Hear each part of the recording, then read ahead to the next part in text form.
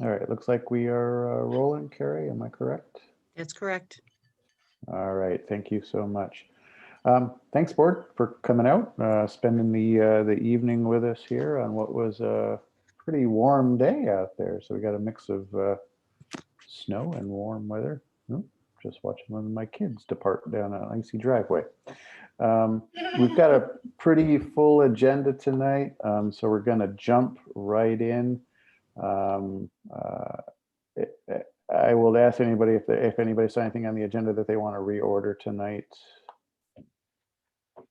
No. So with that, I am going to turn it over to both Sue and Sandra for the legislative update, and got a lot to go through here. Yes, before Sandra's going to start, but before she does, I just wanted to let everyone know that I just sent you a new PDF of the agenda, not the whole packet, but just the agenda. If you want to use it, it has the links to the newest versions of bills. There are some bills that have been new versions have been introduced since last Friday, and we updated all the links today, and I just emailed that to you. So you don't have to use that one, but if you want it for future reference, so you have the latest information, it's in your email. And Sandra's going to cover 3 or 4 bills, and then I'm going to cover 3 or 4 bills. So go ahead, Sandra. Great, thanks. So the order is a little different than your agenda, but I'll pause in between so we have an opportunity for questions or discussion. As a reminder, this Friday is crossover, so legislators this week are working to meet the deadline for any bills to progress out of committees of reference, which sets the stage for the second half of the session. All Senate and House bills referred to the committees on appropriations and finance or ways and means must be reported out by the last of those committees on or before next Friday, the 19th. Wow. So timeline is short. We'll start with H106, which is known as the Community Schools Act. It's currently version 8.2, passed out of committee yesterday with a vote of 9-2 and was referred to appropriations today. The bill would provide a grant program for the implementation of community schools programs, providing students with equitable access to high quality education at a public school that includes integrated student supports, expanded and enriched learning time and opportunities, active family and community engagement, and collaborative leadership and practices. An eligible school would be a public school or an SU with a student body where 40% of students or more are eligible for free or reduced price lunch, or has been identified for comprehensive or equity support and intervention under ESEA, or otherwise identified by the state as being in need of additional support. This bill authorizes the Secretary of Education to provide annual demonstration grants of up to $110,000 per year over a 3-year period. And each eligible applicant would hire a community school coordinator to develop and implement the community schools program or to augment work that's already happening. The Secretary of Education would develop the application, determine the grant amounts, and provide grant funding on or before September 1st of 2022, 2023, and 2024. And the AOE would provide technical assistance to eligible applicants, advising them of other potential sources of funding and evaluating the program.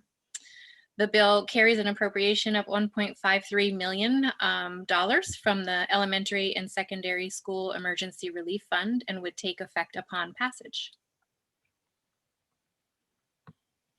That's H106. Neil, we thought we'd pause after each one in case there were any questions or anything that you wanted to discuss.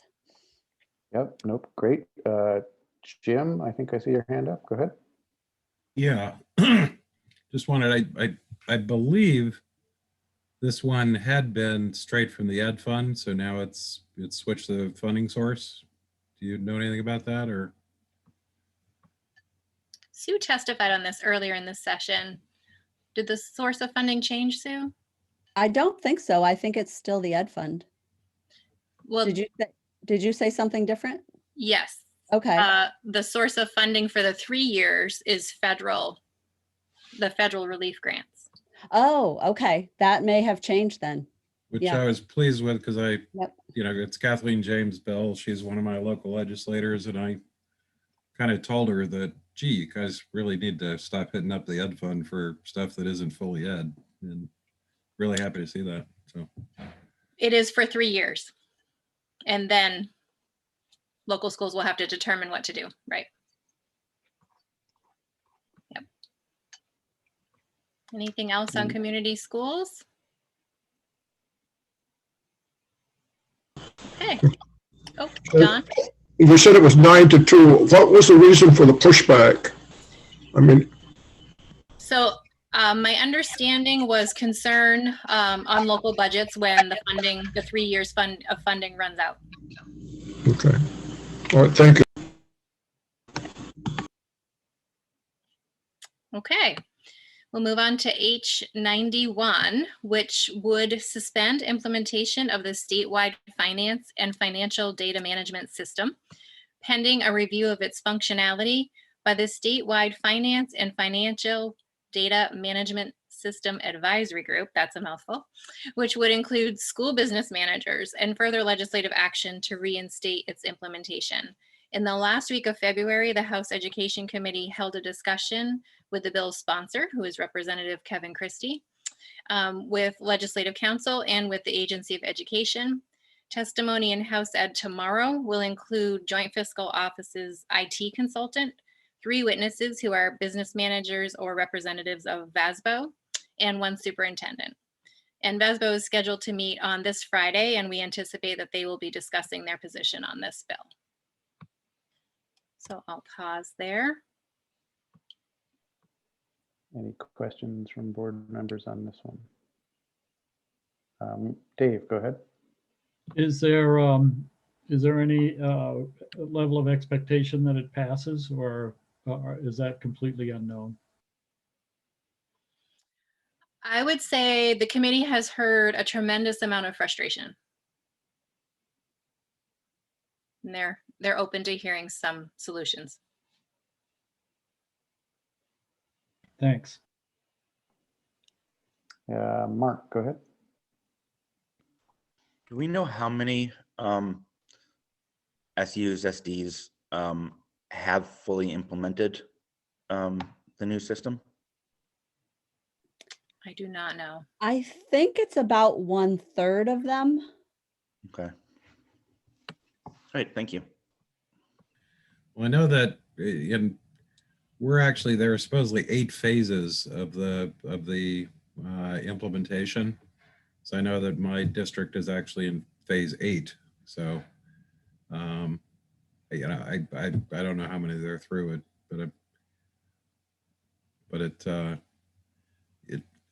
it's a while before everybody was scheduled to be on board.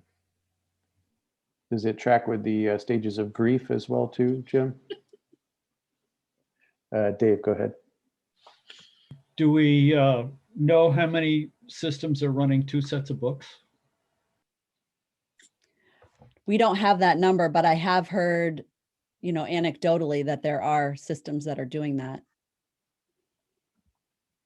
There's a VSBA meeting on Friday, and they're going to be talking about this, and I'm going to be at their meeting. I attend all of their meetings for a portion of the meeting, and I'm going to try to be there when they're talking about this so that I can I might get a better understanding of the answer to that question on Friday. Thanks. Also, if we hear anything, any of the answers to the questions you're asking tomorrow, we can let you know.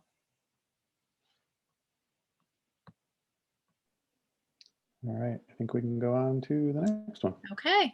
Next, let's talk about universal school meals. That's S100.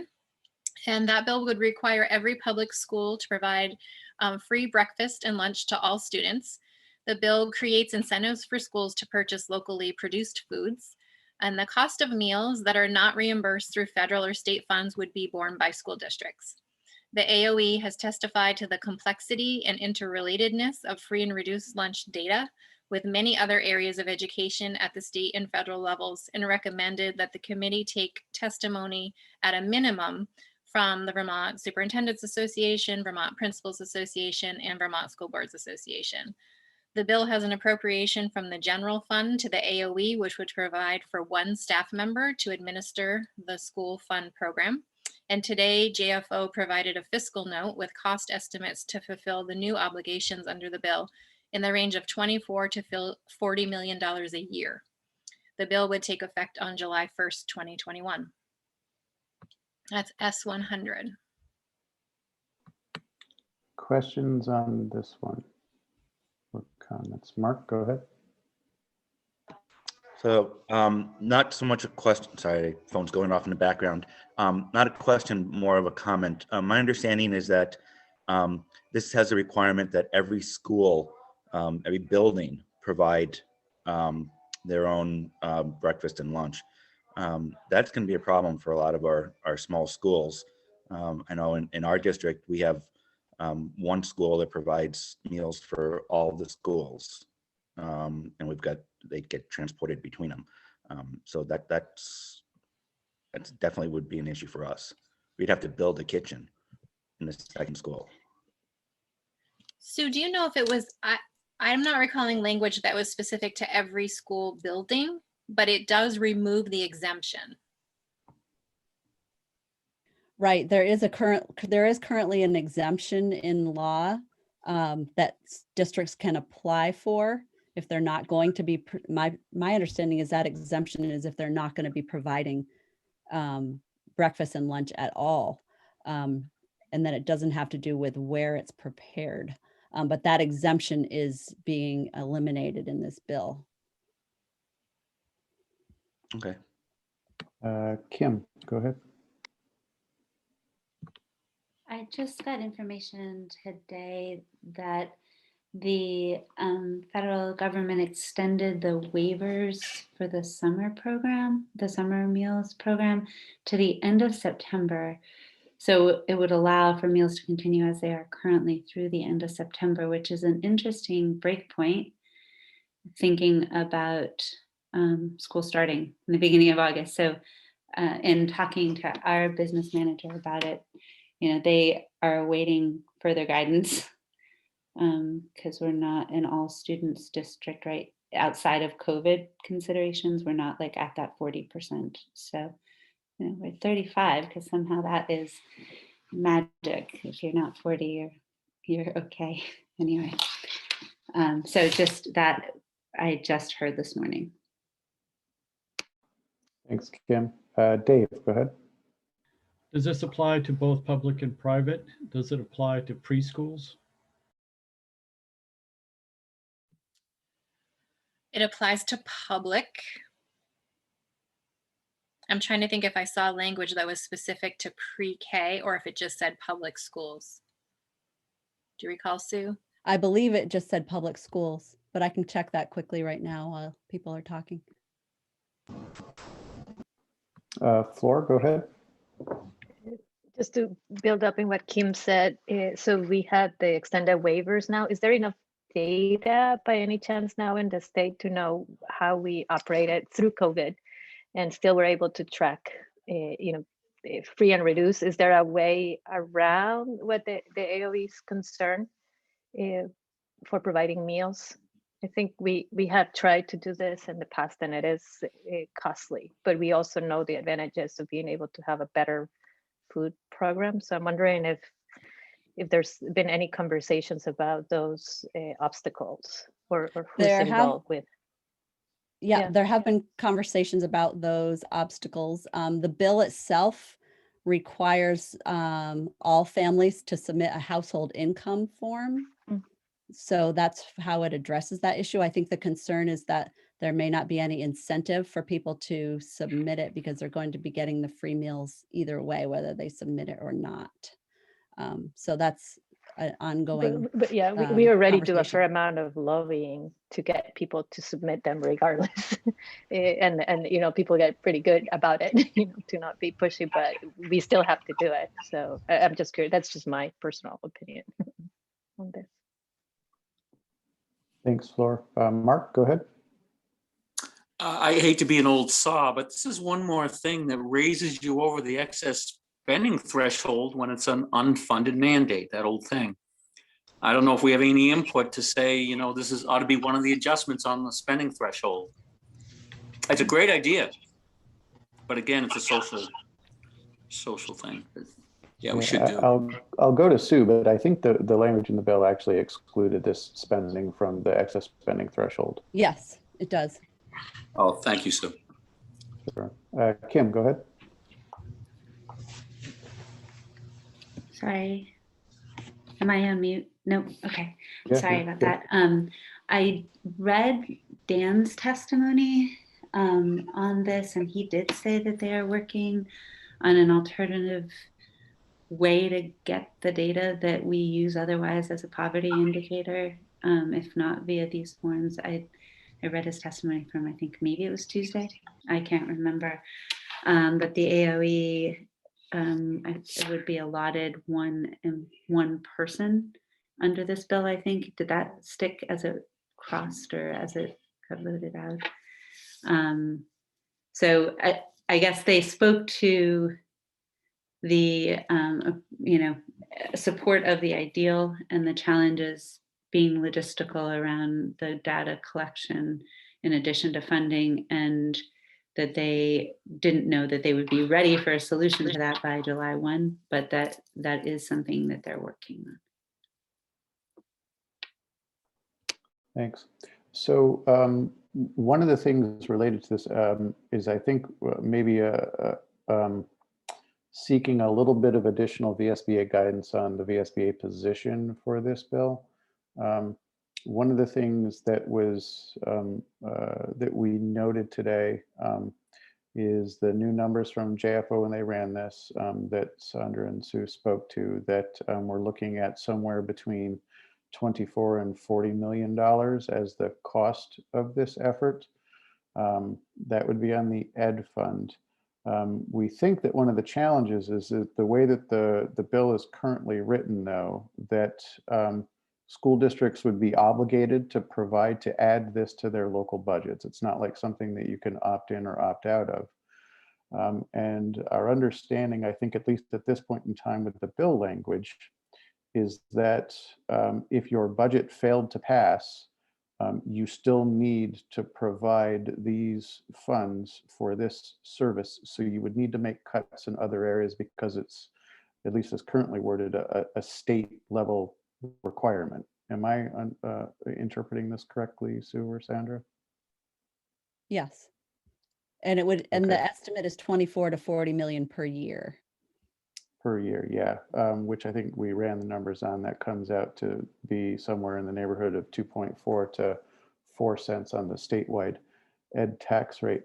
So, I think that we've got some maybe broader concerns here, not only related to the cost of this, but how the cost will be distributed to districts, and the local control that school districts will have when it comes to their budget and budgeting for this, to the extent that I wonder if this body has some additional concerns related to this bill other than just the unfunded mandate portion of it.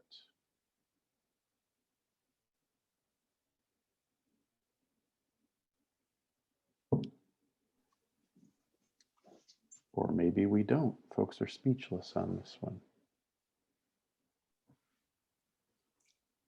Kim, I go guess. ahead. Oh, Sorry. Adrian, I didn't see your hand quickly there. oh, that's okay. Go ahead, Kim. Oh, I just wanted to say, I mean, it's hard to swallow that much extra spending, but the idea is good. So, I mean, it'd be great if we got help with it, but. And I think that's where I was going with it as well. I think the ideal is also spoken to in our position on equity. So we have a position against unfunded mandates and a position for matters that improve equity within our schools. I think one of the things that I would be curious about is whether or not the current status could extend through the coming year to see how this even operates in a more normal school year. Right now, we use part of our cafeteria at the high school for meal prep, and we have distributed more than 500,000 meals, like as of a month ago. So that space may potentially be no longer available in the fall because we may have kids in our cafeterias, hopefully. So I don't even know how we as a bigger district navigate it, but if somehow we had the continued COVID support funding and the continued waiver through the entire school year, we would have a much better idea of what our capital needs are across the state, of what our capacities are for managing this across the state, and then figure out, is there some other way? Like, I think grant administration around this, which is also, I think, part of this bill, is that like schools can apply for grants to get refunds for things. That strikes me as being an ongoing challenge, as opposed to maybe having it be off the top or not fully through the ed fund, because in theory we should see improvements in healthcare down the road. Like there's a lot of longer term benefits one might imagine that we won't realize in a budget cycle. So I think I would love to see that it gets an extension under COVID for a year and then evaluate it. Dave, go ahead. Me? Yes. So one of the other thoughts I had was it seems like there are some major changes taking place in the shapes of schools anyway. So in addition, we're going to have to worry about pre-K. We are struggling with a revision of special ed. But after COVID, I got to believe that something to do with online learning in that capacity may well be mandated. So there are a number of expenses that could really shape the direction. And I don't see the costs of schools going down in any time in the near future. It just sounds like more and more and more and more and more is being added onto them. So I think that's something that we as the VSBA should be anticipating and figuring out how we're going to help. Thanks. Dave Sharp. Thanks. So my question is about the dollars. So ignoring COVID for the moment, maybe going back to 2019 numbers, is the 24 to 40 million in addition to the lunches that are being provided now, or is the total cost expected for the 2 meals to be 24 to 40 million? That's in addition to what's being already provided. Well, are you talking, that's in addition to, there are, I believe, I can't remember the number, but there are schools that are doing universal meals now. So they didn't include them in the calculation, but they included the ones, all the rest in the calculation in the fiscal note. So I'm not sure if that's what you were asking, but the fiscal note does take into account all the federal reimbursement money that would be coming in. So it is the amount that would be for the state of Vermont. It's not the full cost. So hopefully I answered your question. Thanks. Colleen, go ahead. Yeah, this is a follow-up to Dave's question. And I'm thinking about the districts that I've served, Chittenden South and now Champlain Valley School District, one of the largest in the state. And we've had a practice of subsidizing meals for decades now. And I'm just wondering about, a couple pieces. One, the quality of food. We wanted to ensure that kids were getting good quality food and boards in our district prior to merger, and then we've continued the practice after merger, is subsidizing our K-8 programs, because that's where we were continuously losing money. And so my question is more about what kind of data do we have on spending looking in the rearview mirror prior to COVID. We have data for this current year, but I'm wondering about academic year 2019, 18 going back. What's the total spending in the state?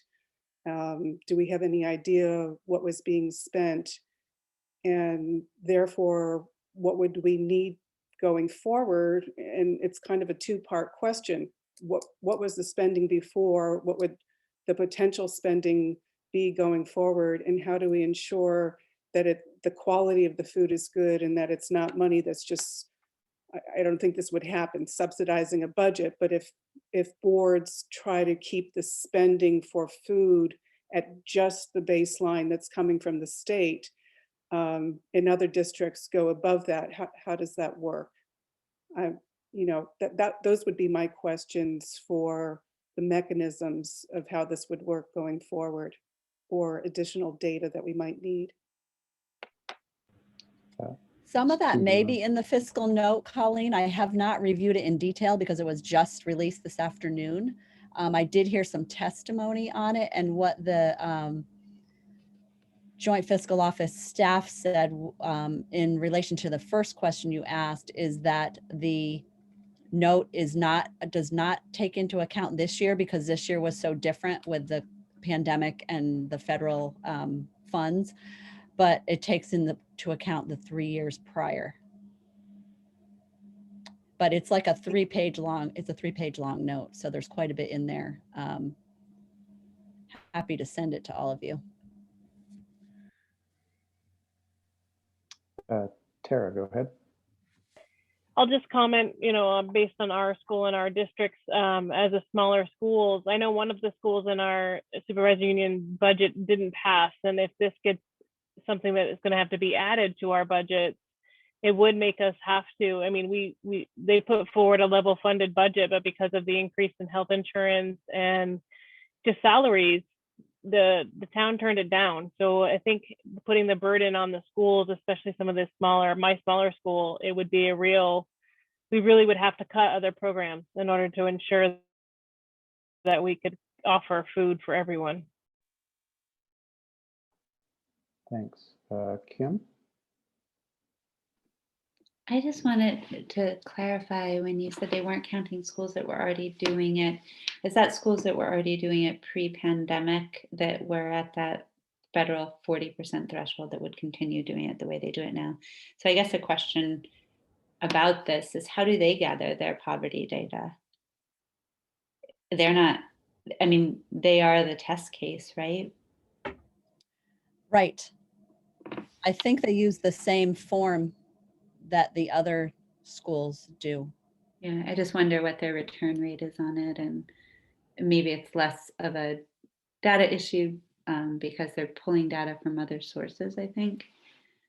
But yeah, again, it's a good ideal. It's a complicated envisioning of the funding around this, I think. But thanks. Yep. Mark, go ahead. Mark Schauber. Yeah, this bill is actually, it's pretty complicated. There are going to be additional administrative costs involved in administering the program for our local schools. We already ask an awful lot of our business managers. I don't know that we can add another very large grant program on top of that without having to hire more people, which is just an additional cost. Thanks for that. Jim Salzgiver.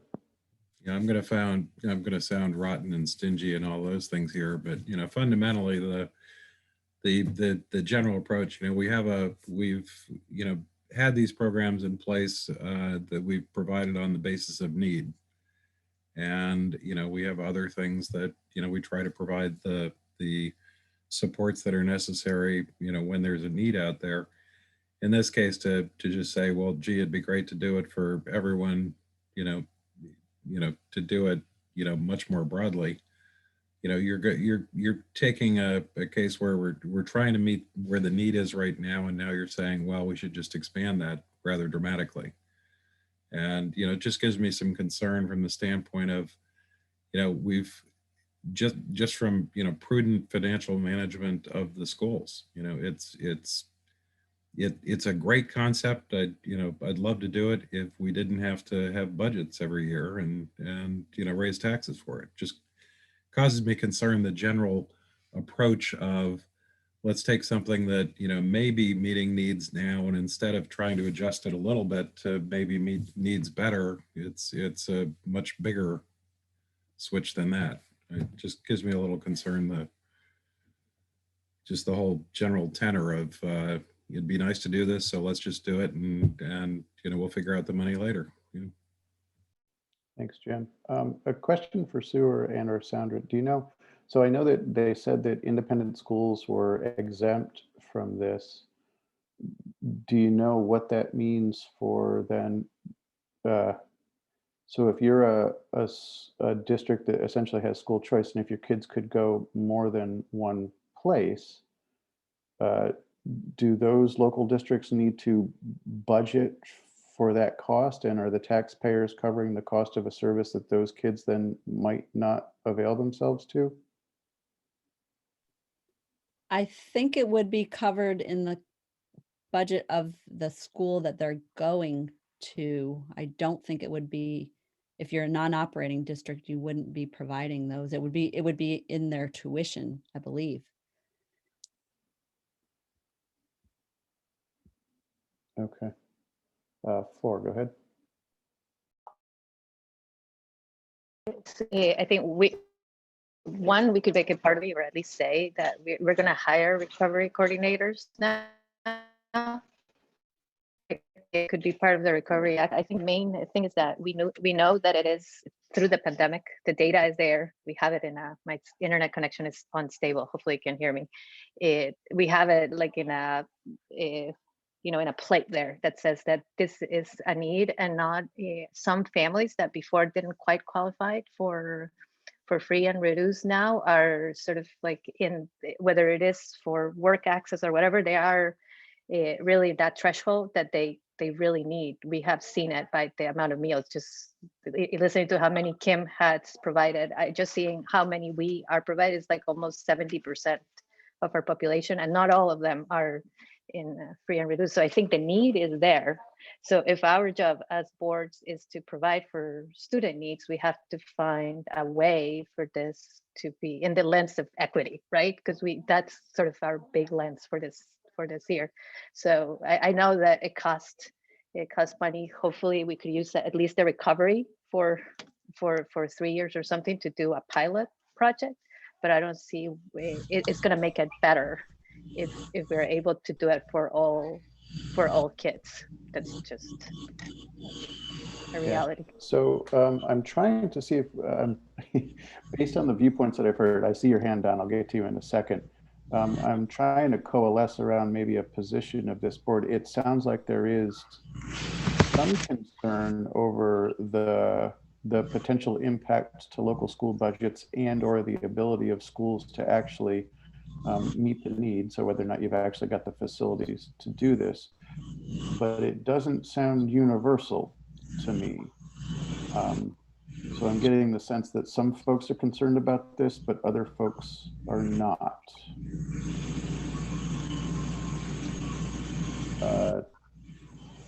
Don, go ahead.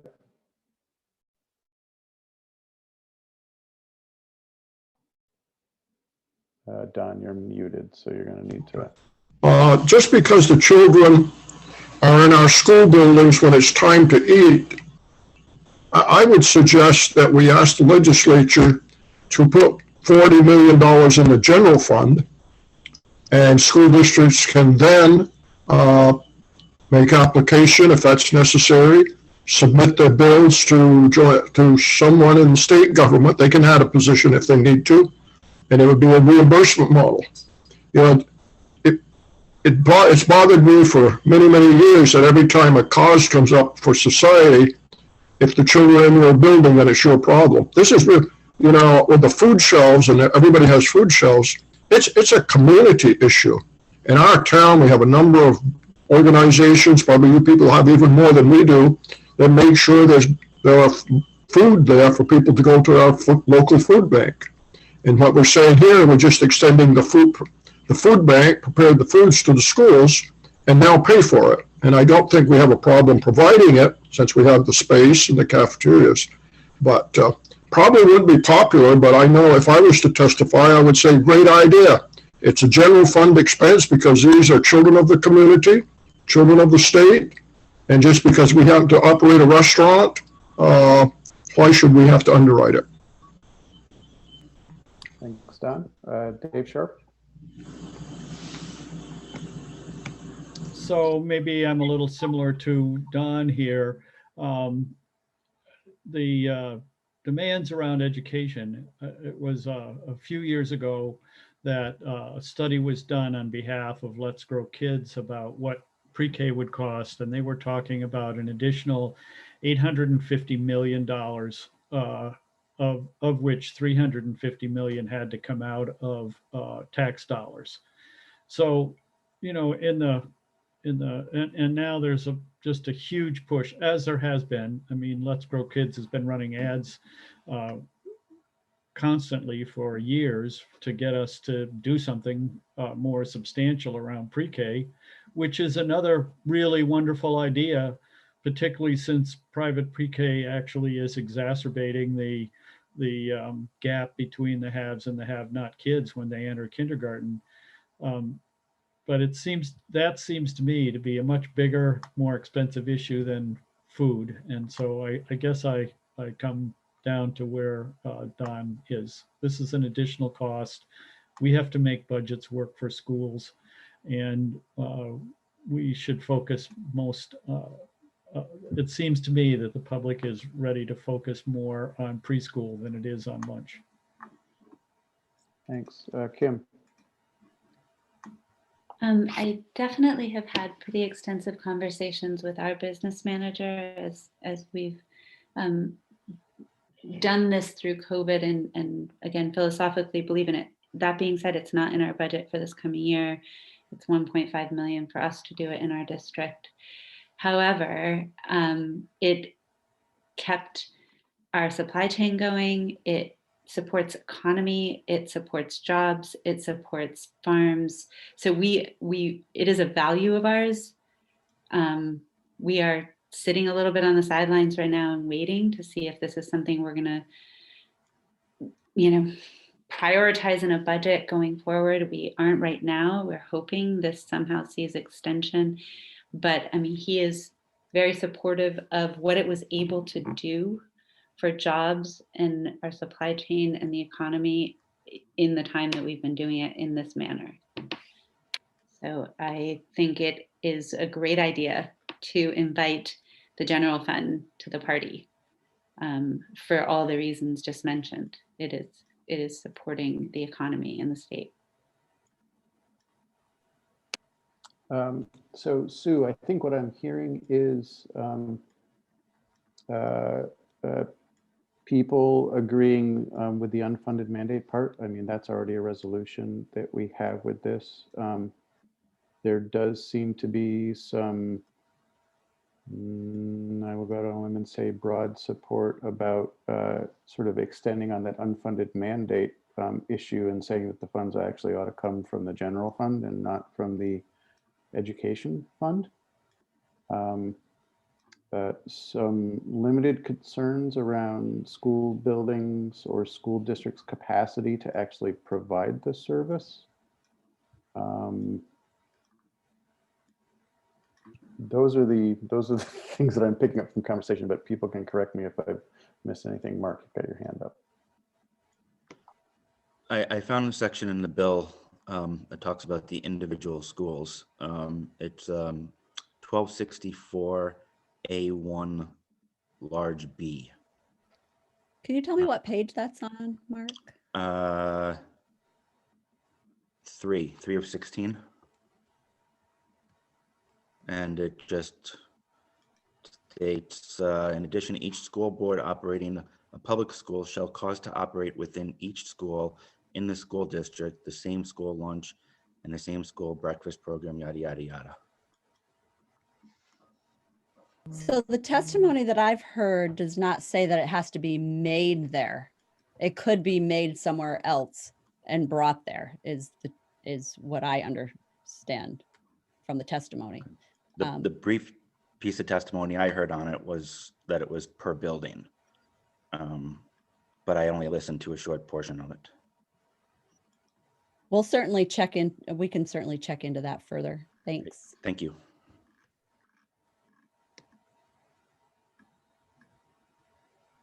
Maybe one more question on this. Trying to get a sense as to whether or not folks, I think in general, seem to be comfortable that this is, I guess, if the funds were provided, then the mandate is okay with folks? The requirement that school districts provide this? As long as the funds are provided long-term, not just for 3 years.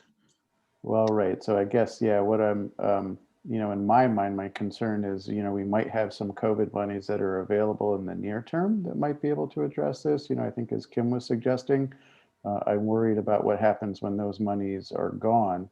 And this becomes a program that's mandated and needs to be supported in your local budgets, year over year moving forward.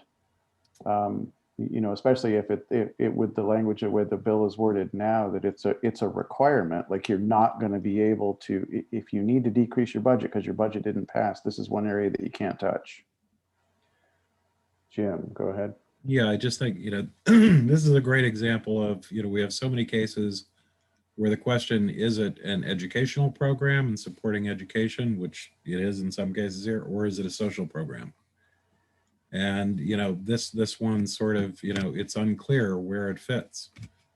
And that's where we have a tendency to, everybody decides, oh, it should be in the ed fund. And I think that's where the pushback needs to come, because the real question of, what should this, if we're talking about feeding people, is this more an AHS program than an ed program? Or more likely a combo of the two. Sorry. Yeah. Sue, I'm wondering, in addition to the resolution language that we've got regarding unfunded mandates, is it all beneficial to you if we had, I think the only other motion that I'm hearing might be possible tonight is that the VSBA would support funding this through the general fund. But I don't know if a motion such as that is helpful at all for you in future testimony. It's certainly, I can take the feedback that you've given me and use it in testimony, whether you make that motion or not, I think, because we already have, resolutions that sort of generally cover this topic and what you've been saying. But if you'd like to have a motion, that would be fine too. Sure. I am always stuck between being so specific that it sort of makes your job more difficult, but being too broad and not being specific enough to make your job more difficult as well too. Don, go ahead.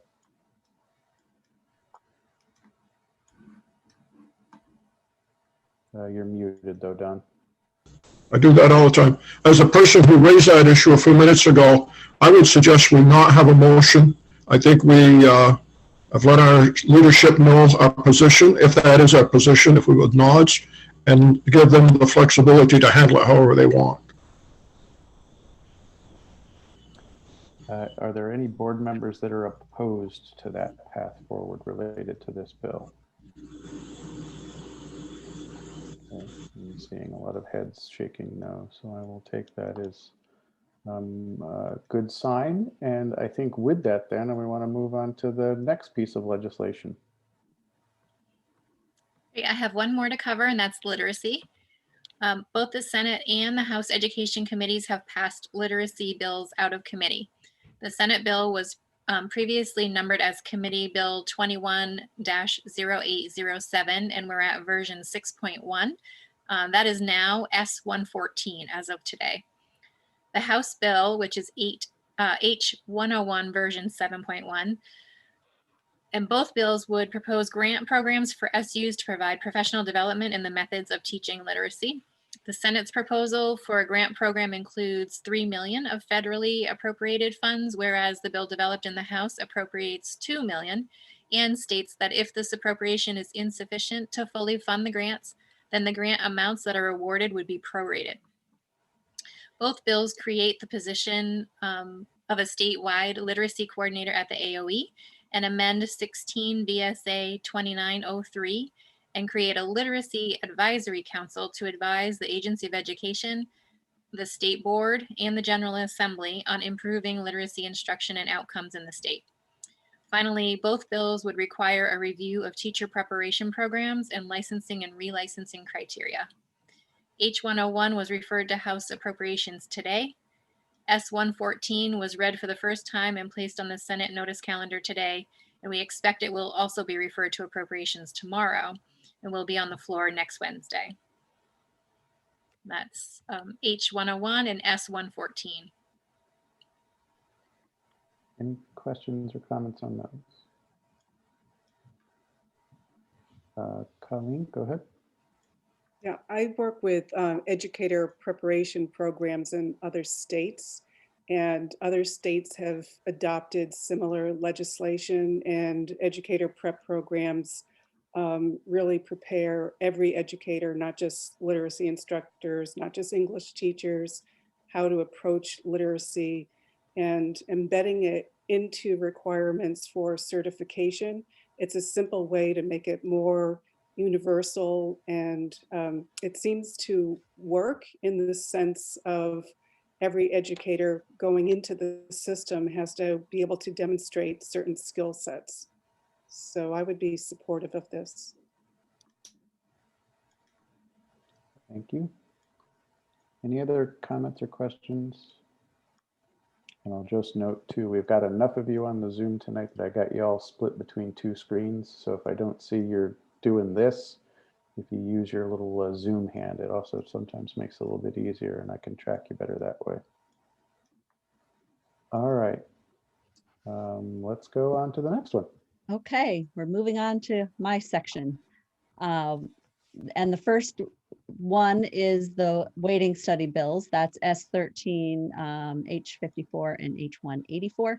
Really going to focus on S13 today because the Senate Education Committee introduced a new version of it yesterday afternoon. That's draft 1.1. That draft creates a task force on the implementation of the pupil weighting factors report. The task force is composed of 6 members, which are 4 legislators, the Secretary of the Agency of Education or designee, and the Chair of the State Board or designee. The bill allows the task force to retain a consultant to assist with its duties, and there will be an appropriation in the bill to pay for the consultant. That amount is to be determined. It's blank right now.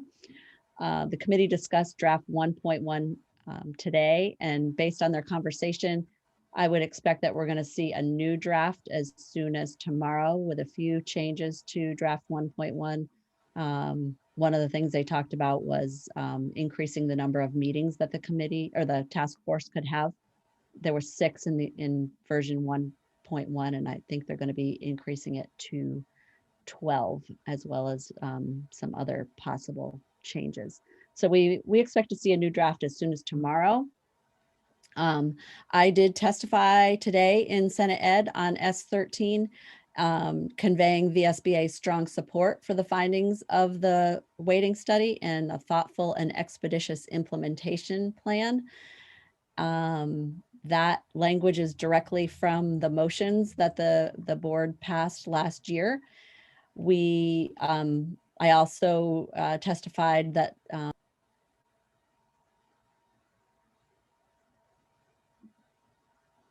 Oops, Stu, somehow you got muted. oh, all of a sudden I had things flashing on my screen. Where did you lose me? Not much. I think probably just the last Okay. sentence or two there. Okay. So let's see. Testified that the formation of the task force is a step in the right direction, and establishing a plan to implement the report is very important work which should not be delayed. We anticipate that the Senate Education Committee will pass some version of S13 by Friday. Friday is the crossover date by which bills need to be voted out of the Committee of Initial Jurisdiction in order to be able to continue on their way. And this bill is going to need to go to the Senate Appropriations Committee before it gets voted on by the full Senate. And then we anticipate if that happened and it passed the Senate, that there would likely be significant changes that would be proposed in the House. So it's just the beginning, but it's good to see that it is getting moving. Any questions on S13 or what's been happening with it this week? Dave Shark, go ahead. So I continue to support this. I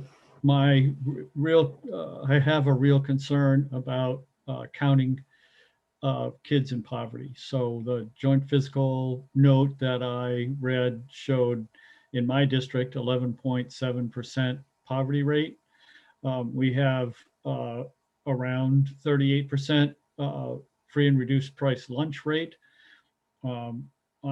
I suspect, although I have no reason to believe this, I guess, but because of the disparity between the two numbers, I'm thinking that they're counting households, and we don't educate households, we educate kids. And I think they ought to be using a better definition of what a child in low income child is than what they're using now to generate an 11.7% rate. Yeah, there definitely is, there's concern about how those numbers are generated because they are through the Agency of Human Services, and they're dependent on some federal programs as well. So when there's a change that's not really in the control of the state of Vermont always, it can have a big impact on those numbers. And I would really like to have more clarity on how it's all calculated. It's not very transparent. Me too. I appreciate you pressing that issue. Yeah, and I will say too, that issue is going to relate, I believe, to another item that we want to talk about at the end of all of the other bills and such, right? So related to the equalized people count. Yes. Okay. Mark Schauber, go ahead. I'm not going to pretend to remember what he said, but Brad James, I have heard Brad James testify twice on that particular topic of how poverty is calculated. So he has it down pat. I'm not going to try to repeat it, but he'd probably be a good person to reach out to get the answer. Yeah, I have spoken with him, and it's based on eligibility for 3 squares Vermont. But he just gets numbers given to him by AHS. He doesn't really know exactly how they're calculated because he doesn't calculate them. Yeah, we had a meeting with him and a few other folks from AOE recently, and he did indicate it. I guess the way that I described it is a little bit of a black box. Like he gets the number from those folks, but he's just using the number that he gets. It's not like a calculation that he's doing on his side. Kim, go ahead. I'm just thinking about the task force and the composition being a lot of lay people. I was reading further down about the resources available to support it, but I just have some concern about that. Has that idea been broached at all about the likelihood of legislators and board members and administrators and not practitioners? It was talked about a little bit today. VPA and Vermont NEA both testified that they would not want to be on the task force because of different members feeling differently about the bill.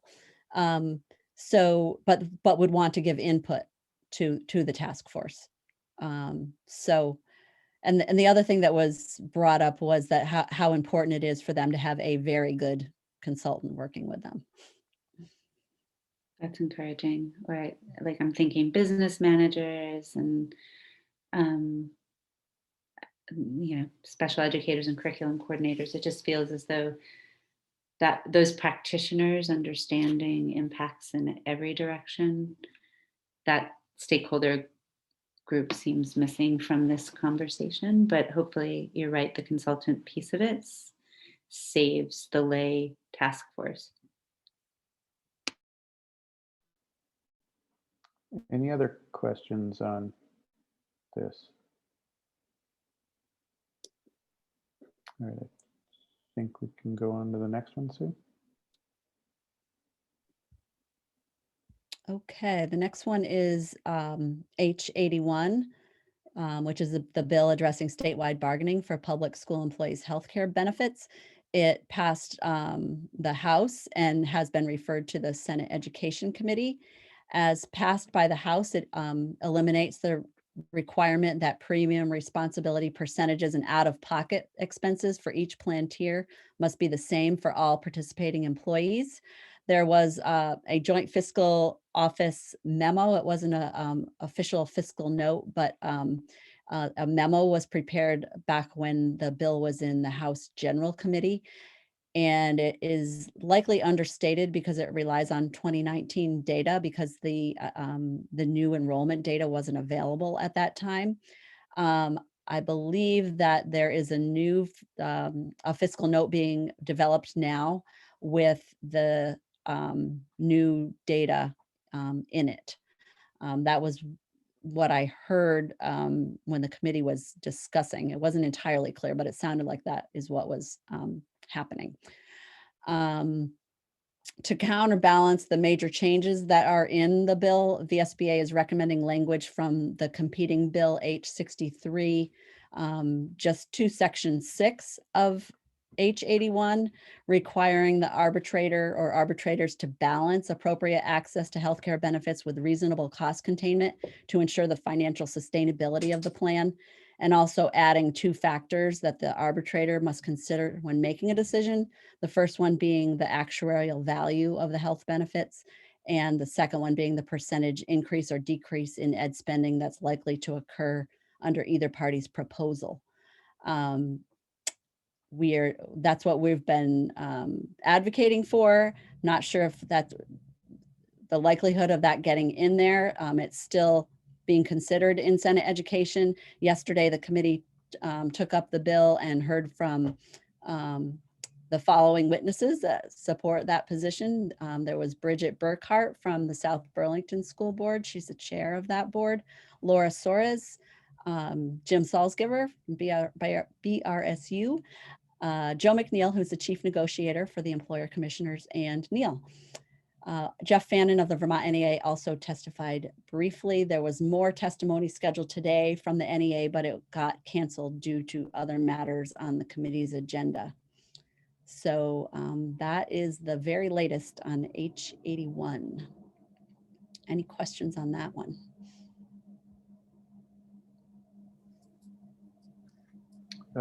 Adrian, go ahead. I guess what kind of reception did you get from your testimony, folks? Well, it was, well, Neil could probably speak to it as well. I would say that the beginning was pretty welcoming, but by the end they were very much being rushed. So I'm not sure if that was an indication of what the committee felt about the bill, or whether it was just their schedule was too packed. Neil, do you have any thoughts? Yeah, I mean, from the very beginning, this bill has been difficult for us to see any sort of traction on. I will say that we actually, the testimony in Senate Ed, we had to bargain up to get the time that we got yesterday. We were initially offered 5 minutes per person, and we bargained that up to, I think, an hour. We probably took a little bit more than that. I certainly cut my testimony short because it was pretty clear by the end of the afternoon that they were looking to move on. You know, it's been difficult. I don't know that our points are necessarily resonating well with legislators, but you know, we'll keep trying and hope that we see some measure of progress. You know, which we think just brings a little bit of additional balance to the process that's necessary, really. So, Kim, go ahead. One of the things that I saw come up, and I don't know if it's been resolved, is the addition of the panel in this language seems to have left questions, at least in our senators' minds, because Martha and I met with our senators, Senator Lyons and Senator Chittenden, to talk about this. A question regarding if they can't agree on a settlement, what makes us think they're going to agree on whether it goes to a panel or to the Labor Relations Board? And I can't think of any scenario that would have the employers commissioners wanting the Labor Relations Board. Like, what is the default if they can't agree on which way they go then? So that was a question our senators had. I don't know that the language clarifies that. It didn't as I read it. I put that out there because I don't know if that's been talked about again. But Yeah. Joe McNeil testified about that yesterday and said that actually, yeah, it is the way that the language of H81 is written. It could be, there is no clear default if you can't agree, if the parties can't agree. And he actually suggested language to fix that. And that was what Jeff Fannin from NEA testified about. He didn't agree to the language to fix it. He thought that it should just stay the way it is. And he said that not everything needs to be in law and that the parties can figure it out. And I think that's because they don't want to have any changes, because if there's any changes, it's got to go back to the House. So I wouldn't let up on that, because I think otherwise it's a setup, and I'm sure Adrian could speak to it better than anybody, for a prolonged, protracted disagreement on how this gets resolved. And I'm sure that the NEA will be advocating, as they did for alternates or whatever else has come about with this, in a way that ends up getting the labor relation boards making decision on this, which has not usually been favorable for us. So I don't know. I hope that gets resolved minimally. That was an area of concern for them. yeah, there were several senators that were concerned about that. So I'm hoping that they will want to resolve that. Thanks. Any other questions on H81? All right. Next one. So the last topic is not really a bill, but it's a question for all of you that it relates to what Dave Sharp brought up earlier, equalized pupil counts, and what some districts are seeing this year is that even though we're in a pandemic, they feel that poverty has risen in their districts. They're seeing that their equalized pupils poverty counts are going down, and they're trying to figure out what's going on. I think also there's a question about when this information gets provided from the Agency of Education. It's supposed to be provided to districts in December, and it's often given late, and then it's off. It seems to be getting updated multiple times, so that it's difficult to tell what the equalized pupil number actually is. I think last year it took them up until May to get the finalized numbers. So wanted to sort of check in with all of you on that topic to see if it is of concern in your districts, and if you have any information about that for the VSBA. I can go into a little more detail too if after people weigh in on that. Sure. Mark, go ahead. Mark Schauber. So I happen to have asked this question of our business manager just a couple nights ago. We had a huge influx of new families in our district, somewhere in the number of 40 or 50 new students. And our equalized pupil count went up by 12, I think. She fought with the state about it, but the reasoning that she was given was that we lost weight in the poverty section of it. They didn't give her details, but Yeah, I mean, we expected a much higher equalized pupil count than we got. Anyone else experiencing similar things in their district? So we know one of the things, so there were a few districts that were seeing some, I think, rather dramatic changes such that it had a pretty significant impact on their tax rates. And I think one of the things that's being discussed, I don't know that anything is actually being proposed or pushed for yet, was freezing of the equalized pupil count.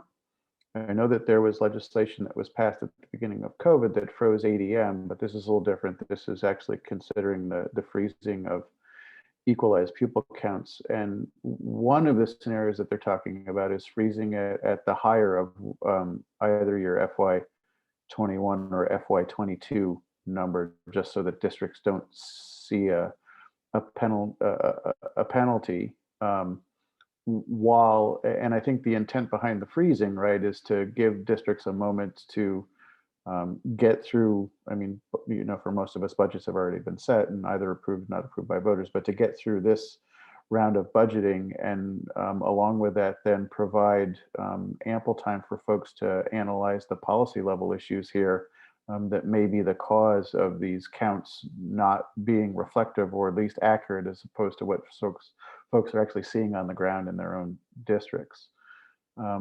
So one of the reasons why we want to bring it forward to this board this evening is to find out how folks felt about the idea that maybe we would advocate for freezing of equalized pupil counts at the higher level of either FY21 or FY22. Did I get that right, Sue?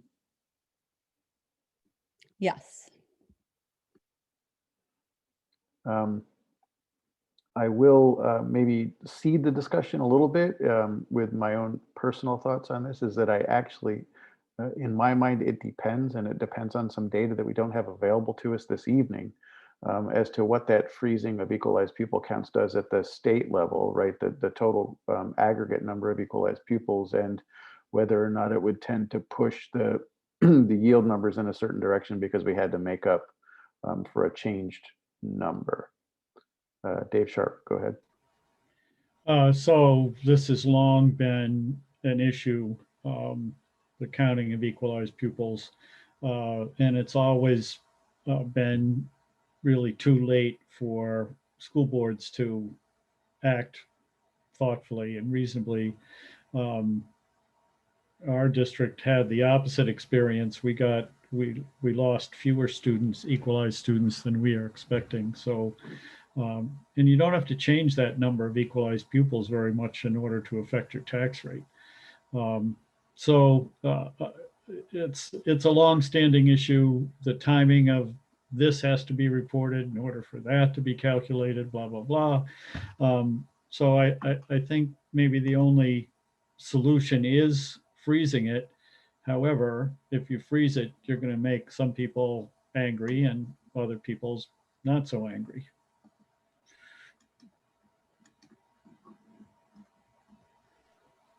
Mark Schauber, go ahead. So I'll just tell you what's happening with us.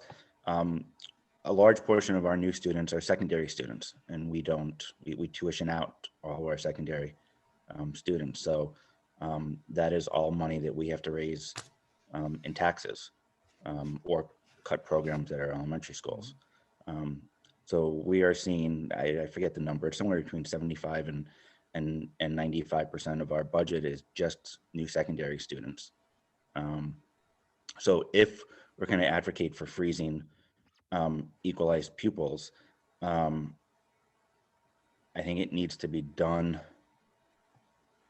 with freezing a floor of them.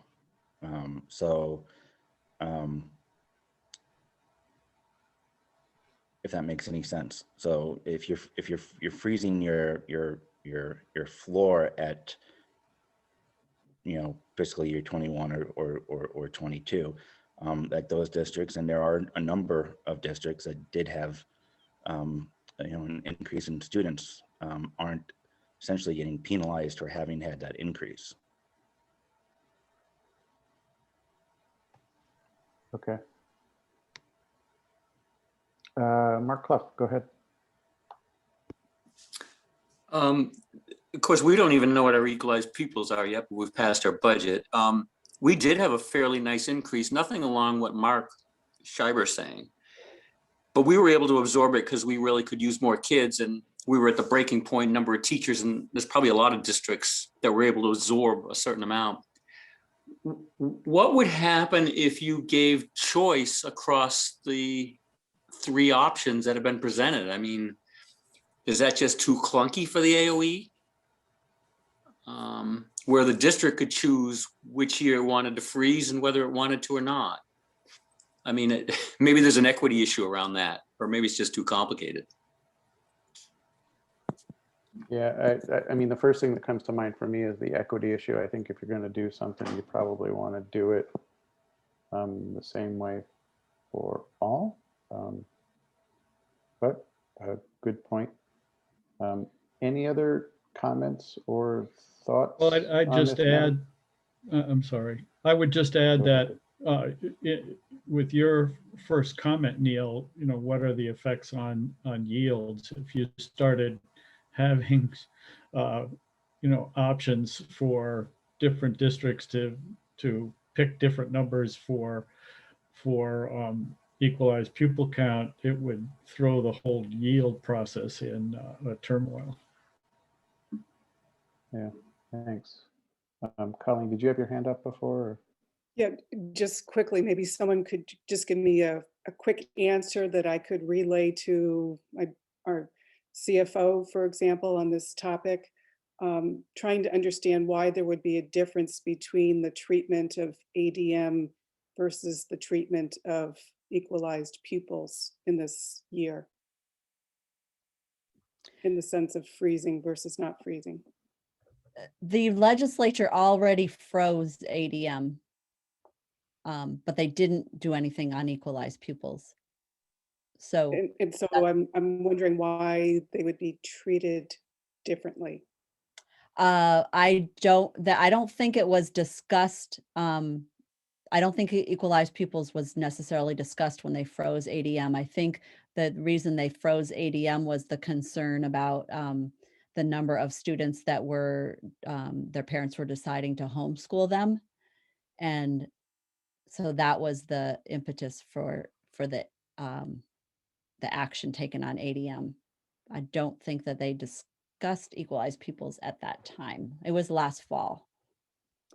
Yeah, and just to clarify my question a little bit more, when we talk with our communities about, you know, head counts for kids, we're always trying to explain ADM versus equalized pupil versus a head count.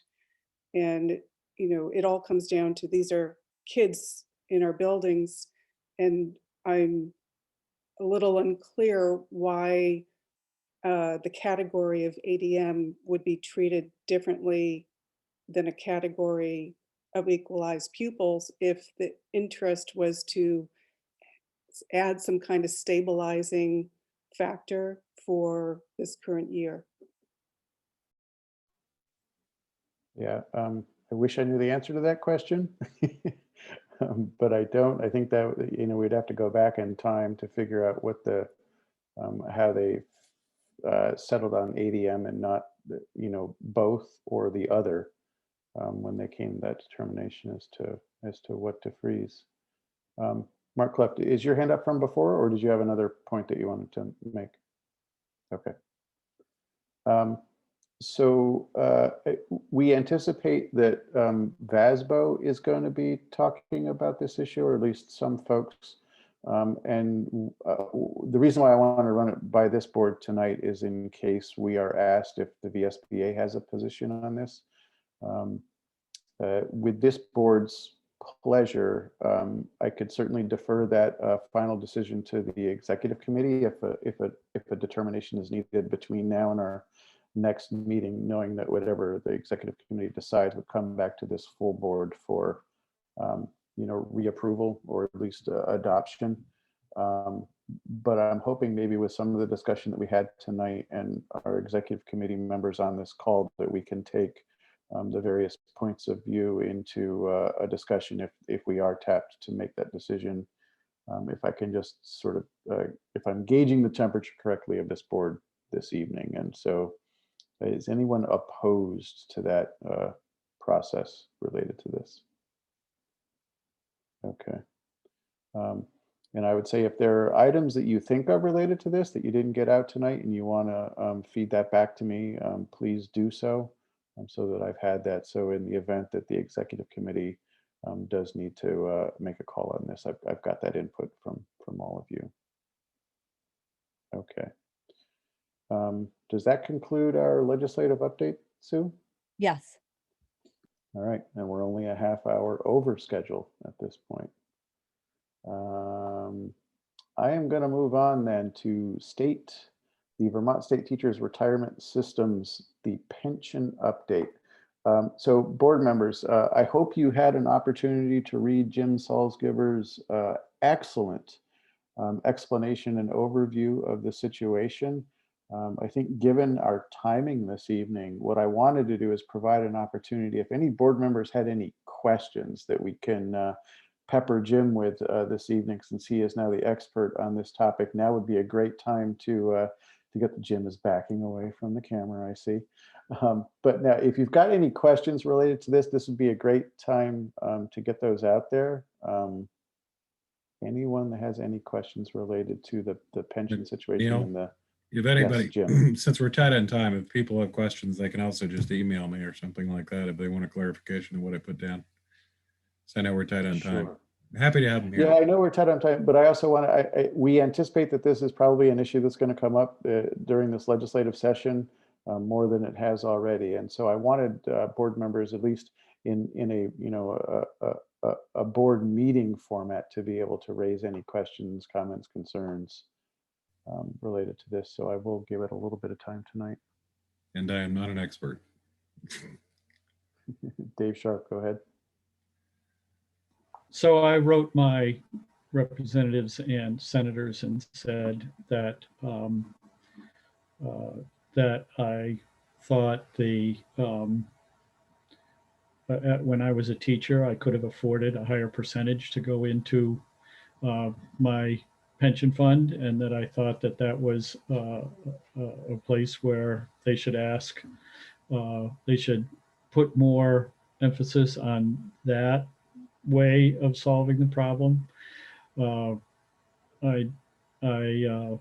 Rather than COLA, and I recognize that COLA is a huge part of the treasurer's solution, but I don't think we want our teachers to be in the poorhouse if they live to be old. So, and the other comment I made was that I was hopeful that all this federal money coming into our state, some portion of it could be used to solve the pension problem. Thanks for that.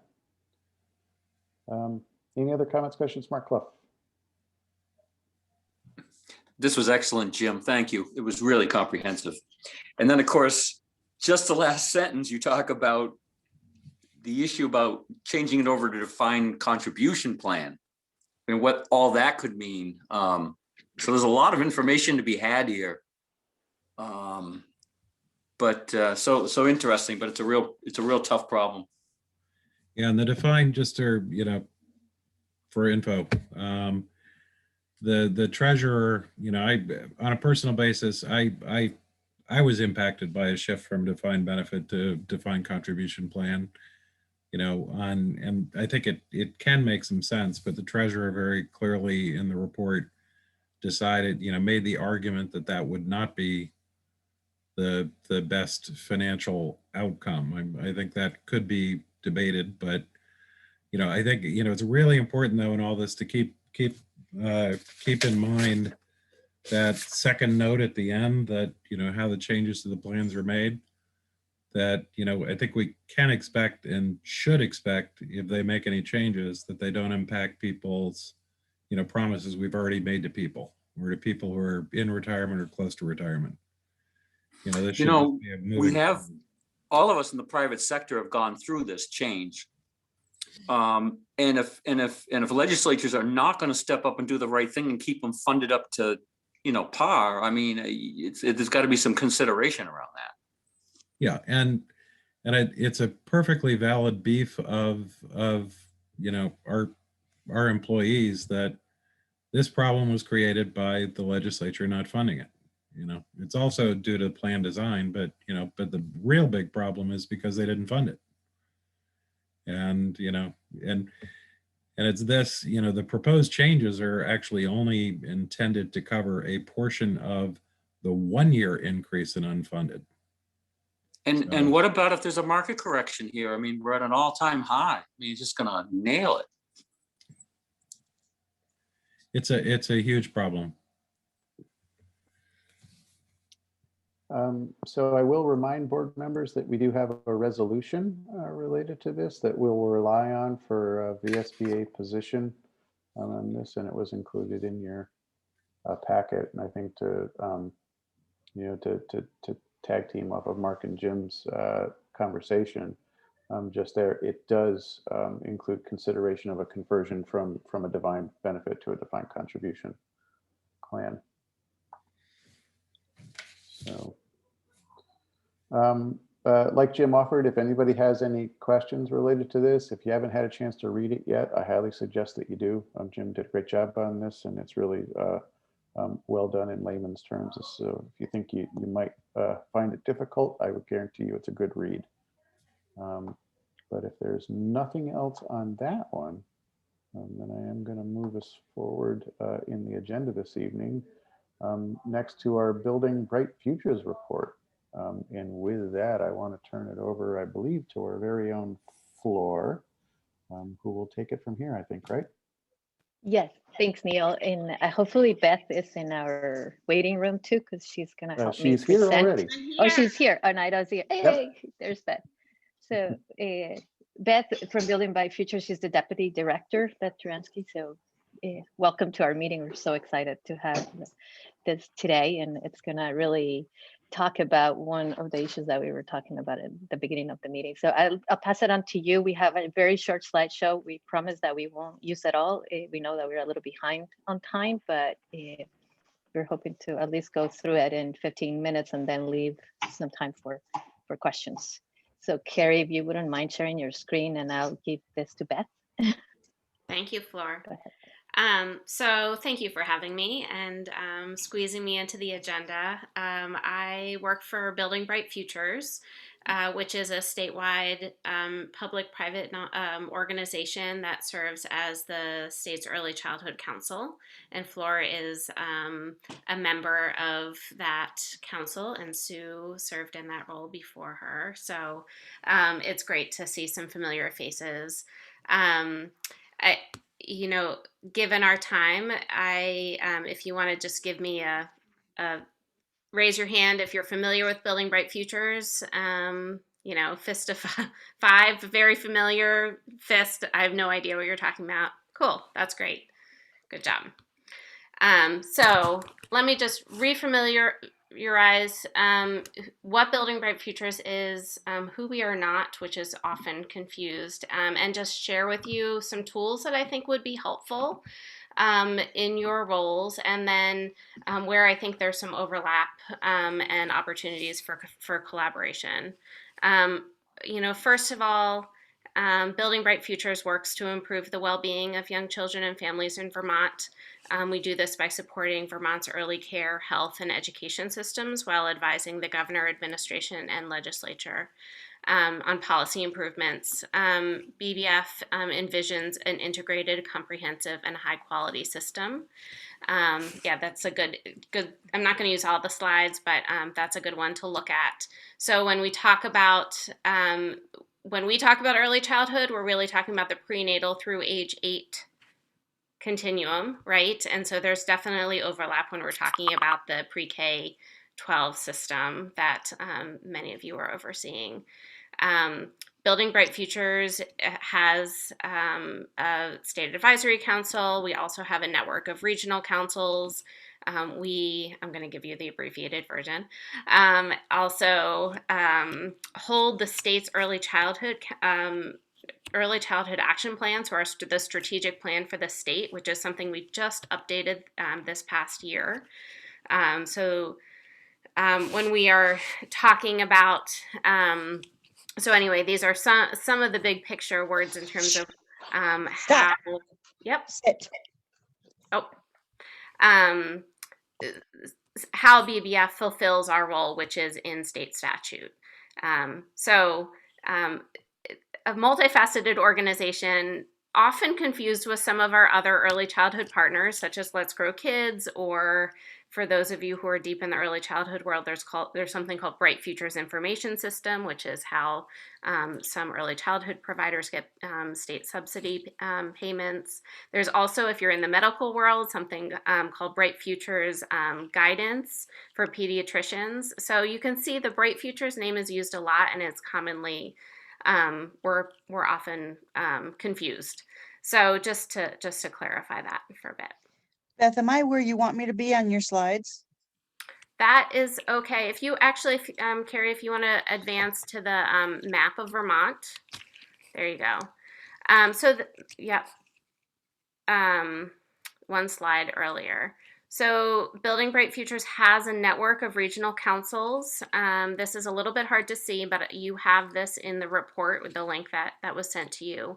Essentially, the regional councils, we serve as a backbone support for the early childhood system, and all are welcome to attend our meetings. They are open.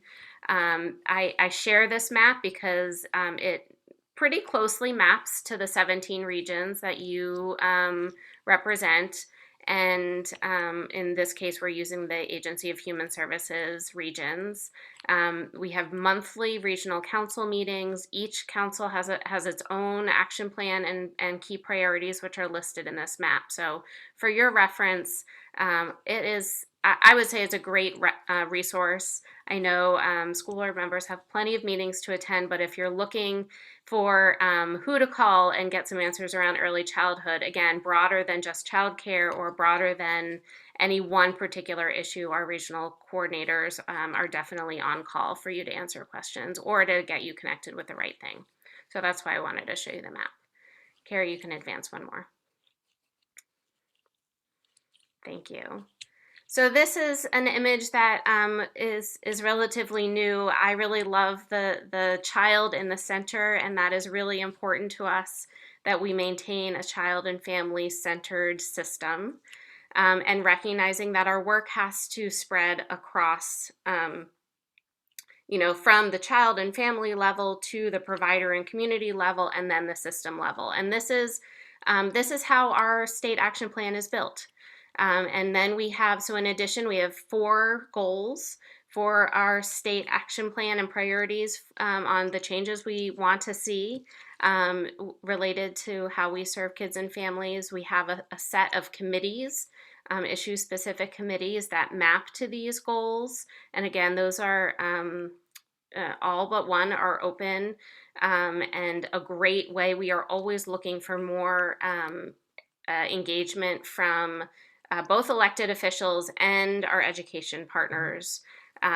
We certainly partner strongly with Agency of Education and their early childhood team, and have definitely representation from universal pre-K coordinators, not as many educators, but I think that's an area that we've definitely identified would love more representation. So you are represented on this map for sure. You can advance, Carrie. Now I wanted to just briefly, given our time, talk about some of the resources that are available that Building Bright Futures provides, and one of which is that the State Advisory Council, which is a public-private council of both governor-appointed state employees as well as private partners and family members. This State Advisory Council meets roughly 8 to 10 times a year and comes out with policy recommendations. And these were the policy recommendations that were made this past year.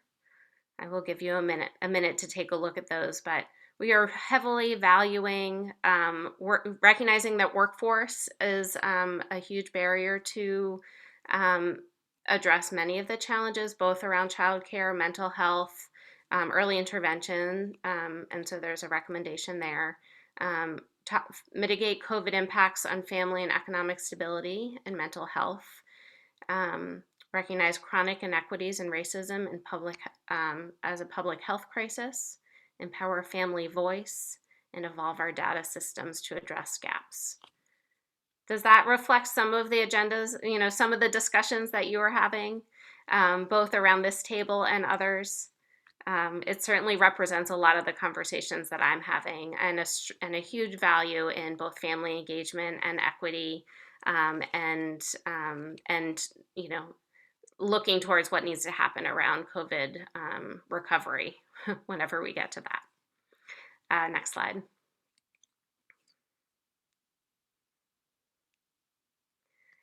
So those policy recommendations are included.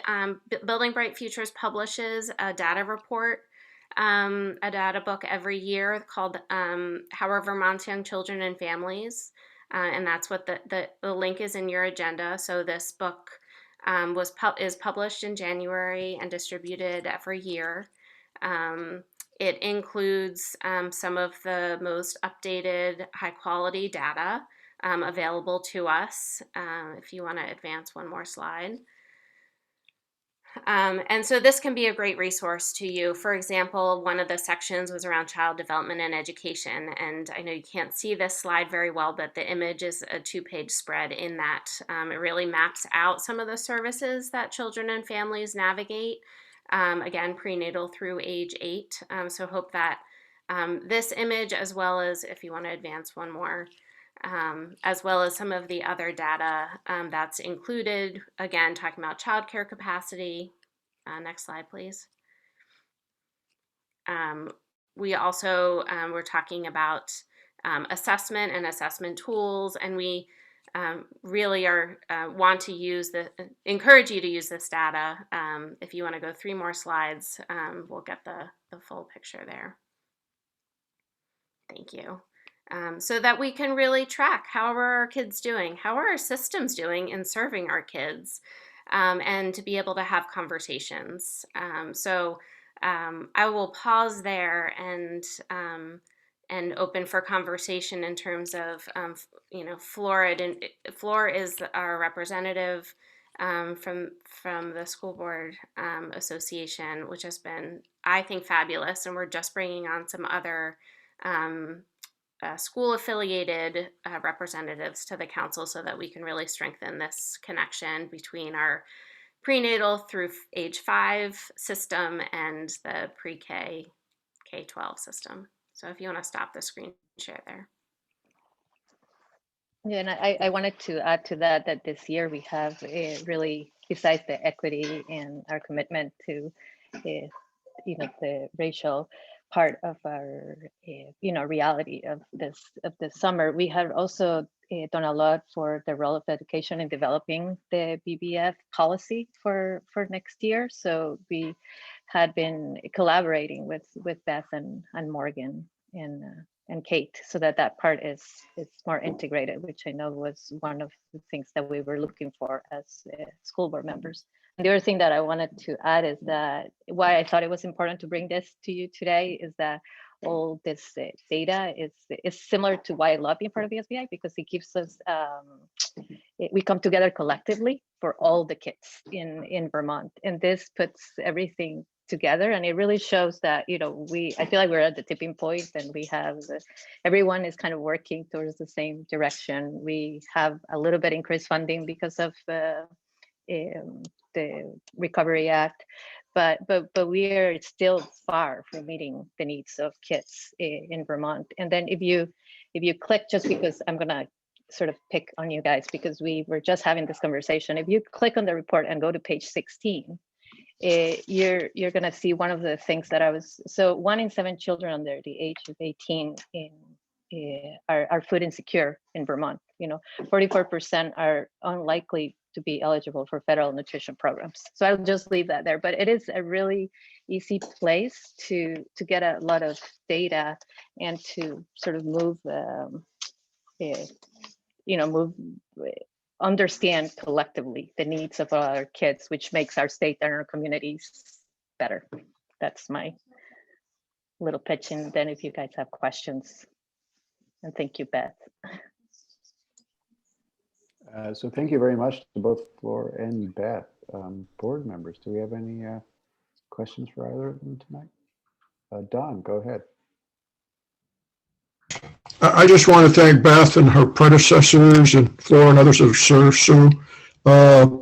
Someday when you have 15 minutes, somebody, if you're interested, I'll tell you how this all came about on one winter morning back about 14 years ago, maybe 15. But anyway, I'm saying I commend you for the work you've done and keep it up. It's very, very important. Thank you. We recognize that building an integrated system is far from easy. We all know that, and so sometimes there are partners right on the other side, right, of the river, and we don't even know it. So, to Flora's point, you know, we do envision an equitable system, and one of those pieces that we are really tracking is what data don't we have to be able to prove where we need to invest properly, you know, whether it's serving kids and families, you know, a diverse workforce, how to support families. And so those are some of the things that we're tracking as well. So as you're looking at, we just conducted a needs assessment. So again, the report is a great resource, but there's additional tools that I'm happy to walk folks through as we have more time. So thank you. Excuse me, but do our number plates, I was part of that, did our number plates really bring you any money? I remember that was a big battle in Senate Transportation. That is a great question. Unfortunately, those funds do not come to Building Bright Futures. They do good work, but they don't come to us. Yep. Yet another misunderstood Bright Futures thing. That was the intent in the beginning, but as years go by, people change them around. Someday. Thank you. Any other questions or comments for either Beth or Flora this evening? No. Thank you so much for joining us. We greatly appreciate it. And Flora, I assume that your engagement will continue? No? Yes? Yeah. Flora's been a Yeah, I'm just in my second year, so the whole thing, yeah. Awesome. Thank you for being our conduit here, Flora. We greatly appreciate it. And, Thank you. Thanks for Have a the good great evening. work. You too. Thank you, Beth. Thank you. All right, I'm going back to the agenda, if I can find it. And we're up to the second quarter treasurer's report. So Kim, I believe I turn it over to you. Thank you. Yeah. Carrie, maybe if we want to put it up, or do people have it in front of them? I think the biggest piece of note is that the PPP forgiveness happened. And so it moved from a liability to an income for the money we received under the PPP. We also have yet to receive, we're carrying a very large net income right now. And that is one of the big factors. The other, we've not received all of our legal bills, which we are expecting to come. And we actually had more contracted work or more work with districts than might have been anticipated, and far fewer expenses than we might normally due to fewer travel. We had a return of a supervisory district as well, so that increased our dues. Any questions on the second quarter report? Board members. Now that we're sharing screen, I really can't any see. hands. So, I yeah. actually don't have my list up. Okay, participants. There we go. I don't see any hands. We do have a second piece, Neil, if that's okay to move on to. That is perfectly fine if you want to just transition right into that. Yeah, if that's okay, folks. I don't see any hands. So the second piece is a financial policy that we put in a number of years ago when Nicole was here, and we wanted to create a reserve to protect us for the rainy day. Who knew that we would have it? But we put into reserve 4 to 6 months of operating expenses, and we define in the policy what that includes, and it's on that report. I don't know, Carrie, if you want to. Thank you. And we periodically do look at that. We are within something like 17,000 of the low end of it. And when we established the 200,000 as our restricted reserve, that was targeted at about 5 months. So what I'm proposing we do is bring that 200 to 270. That brings us just shy of a 6-month amount of reserve. It moves just shy of what our net income was from last year and locks that into the restricted reserve to keep us within the policy guidelines. We will look at this after audited financials every year. And so we might have otherwise brought this to you sooner. This is the last bizarre year we're going to have from a budgeting standpoint. We will have a 12-month budget on a normal fiscal year coming up. So keep that in mind, because by the end of the meeting, I think we're going to ask for people who want to work with us on the finance committee for the budgeting, because that's coming up.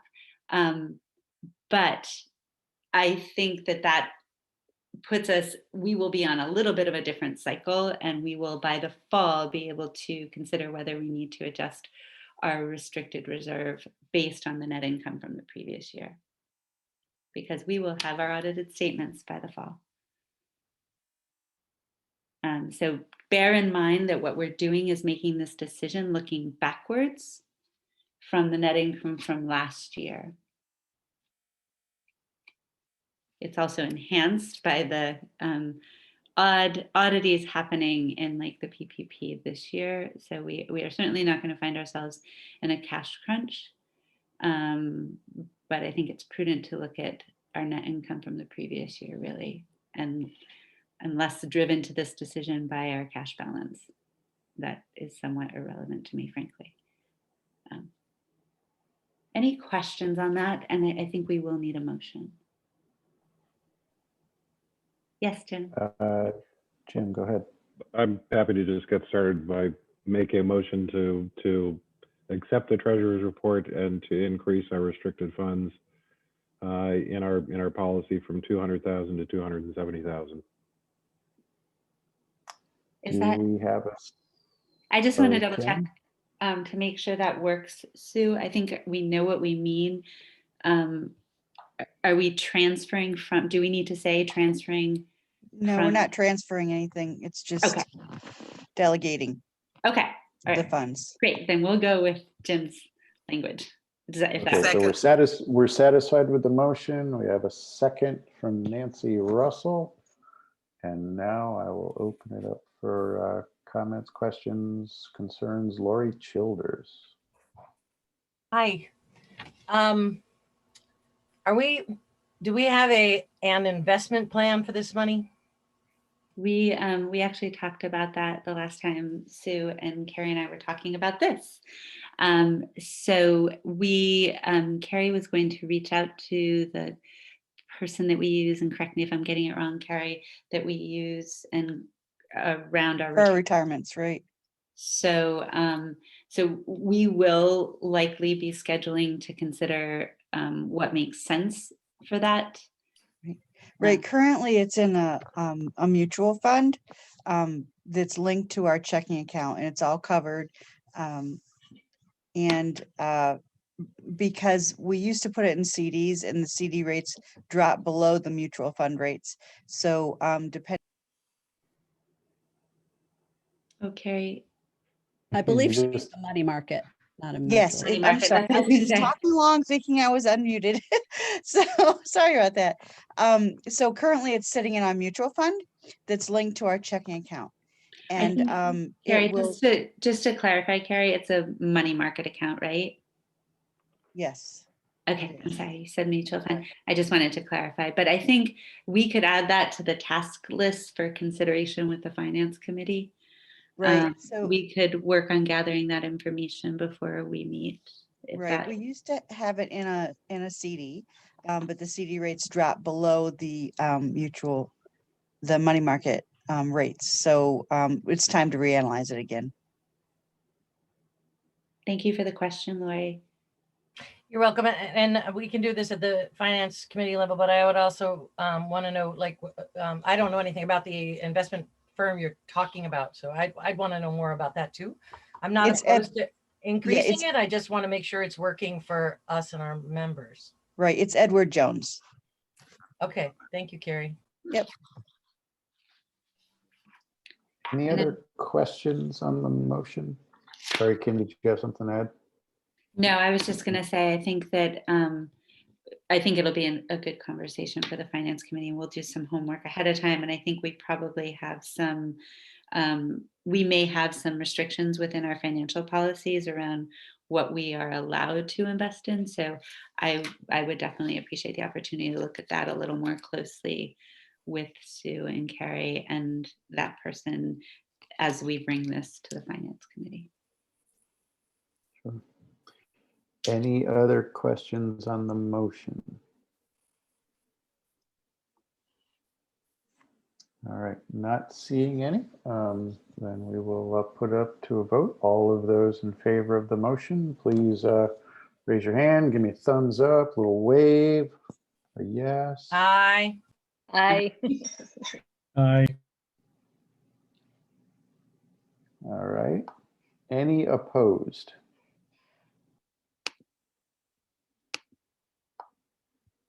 I see no opposed, so I'm going to say that's unanimous. All right. Thank you, everybody. Thanks, Carrie and Sue. Thank you, Yes. Kim.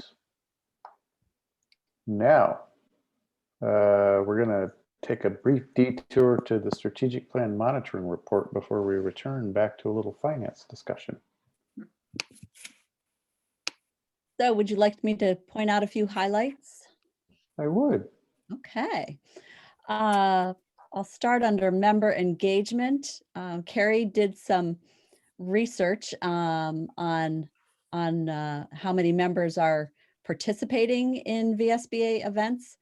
And she identified through that research and that data that every single member board, that doesn't mean every single board member, but our members are boards, SUs or SDs, has participated in either webinars, regional meetings, or the annual conference in the last 12 months. The data ranges from 1 within a member to 37. So we're going to be identifying some of the lower participation numbers and look into how we better engage with them. But this was our first step to take a look at that information. Also wanted to let you know that newly elected board members will receive a copy of the First Year Journey, which is a new publication that provides an introduction to VSBA and training opportunities for new board members, and we're encouraging them to attend a 2-part new board member training that's being given in May. And the mailing that goes to them with this First Year Journey, which I included a link to the publication in the email that came to you about this meeting. The mailing's also going to include for them a copy of the essential work of Vermont school boards, which we think will be very helpful for getting them off on the right foot as new board members. We're working on the latest copy of our newsletter in the boardroom, so that you can expect to see that in April. And let's see, what else to highlight? VSBA worked with VSA to compile the results of the town meeting day votes, school budget votes, and provided those results in response to media inquiries. There were only 3 school budgets that did not pass on town meeting day, and there are about 20 more that need to be voted after town meeting day. So there was some coverage about that.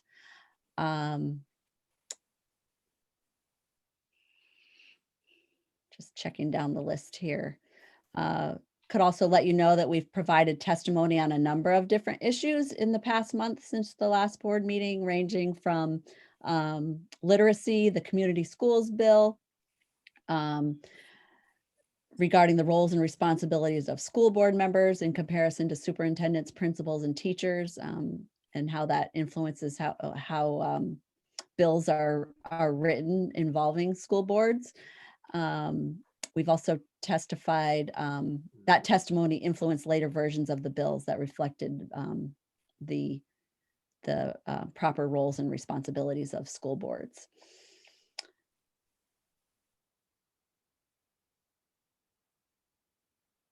I think that is most of what I wanted to point out, Neil. I guess I would just end with talking about the March webinar. It was on effective meetings, and it addressed common issues that boards face when trying to conduct productive and efficient meetings. And we had over 80 people registered, and the audience was very engaged with numerous and relevant questions. And we got a lot of positive comments back on the survey that we asked people to fill out when they leave the webinar. So I think I'll end with that. Thank you. Awesome. Thank you so much. Any board members have any questions from the strategic plan monitoring report? I find myself in a position once again, as I normally do at this month, to need to provide a huge congratulations and a thank you to our staff. You tend, I don't know how you keep up with it all, but you do. It's amazing, and we are so appreciative of the work that you guys do. I can't tell you guys the number of times that I've talked to Sue when it has not been between the hours of 8 a.m. and 5 p.m.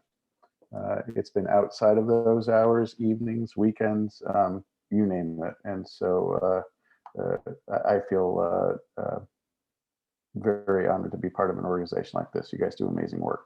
So thank you. Thank you.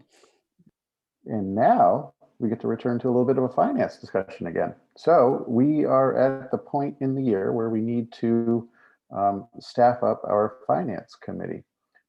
So per our policy, the head of the finance committee, the chair, is our treasurer. So we've already got that position filled and satisfied. But we are required, I guess I, as the board president, chair, am required to appoint 2 additional committee members upon recommendation of the board.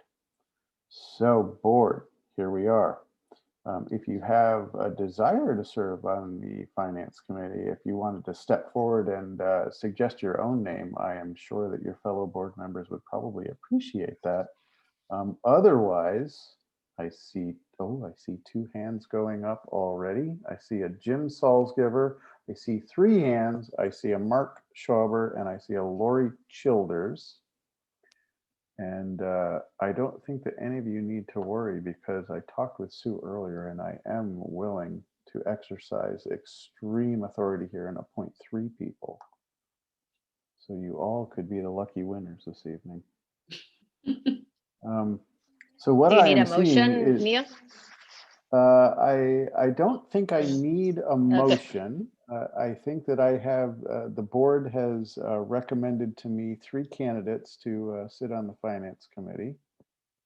Sue, unless you think differently, if we do need a motion. No, the bylaw says that you appoint them, that the All president right. appoints them.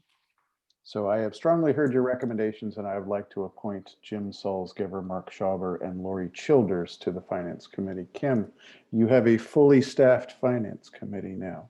I'm thrilled, thank you. Usually the way this works, just so people know, is I'll have the opportunity to work with Sue and Carrie so I can poke all my questions at it, and then we bring it to you guys to poke all of our questions at it collectively, and the additional task of taking a look at potential investment considerations for the reserves. And that the meeting of all of us might be 2 meetings, hopefully no more.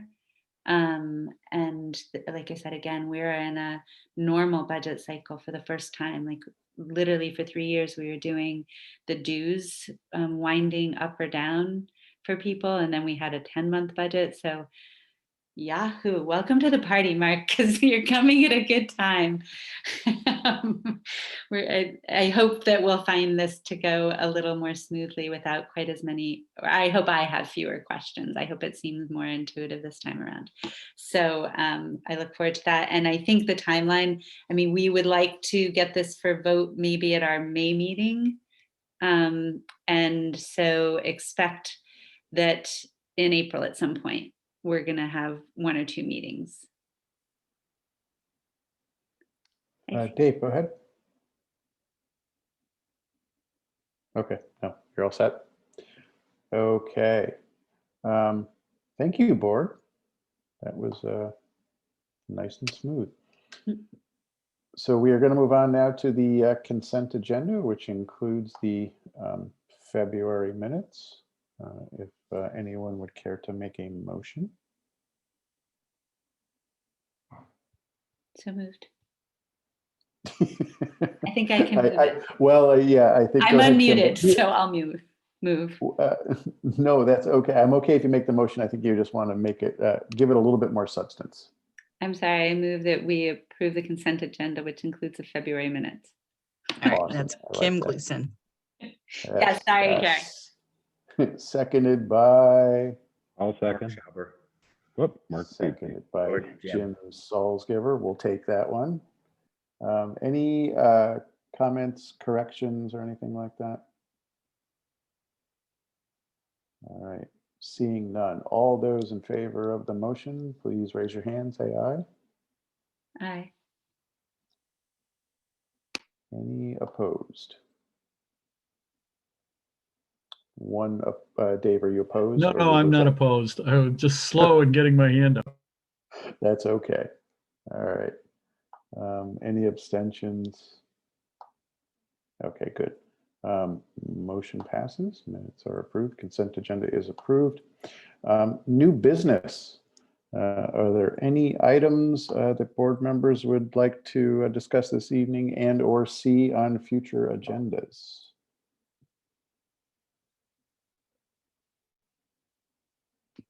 No. I wonder, will we circle back to just sort of any additional work on equity?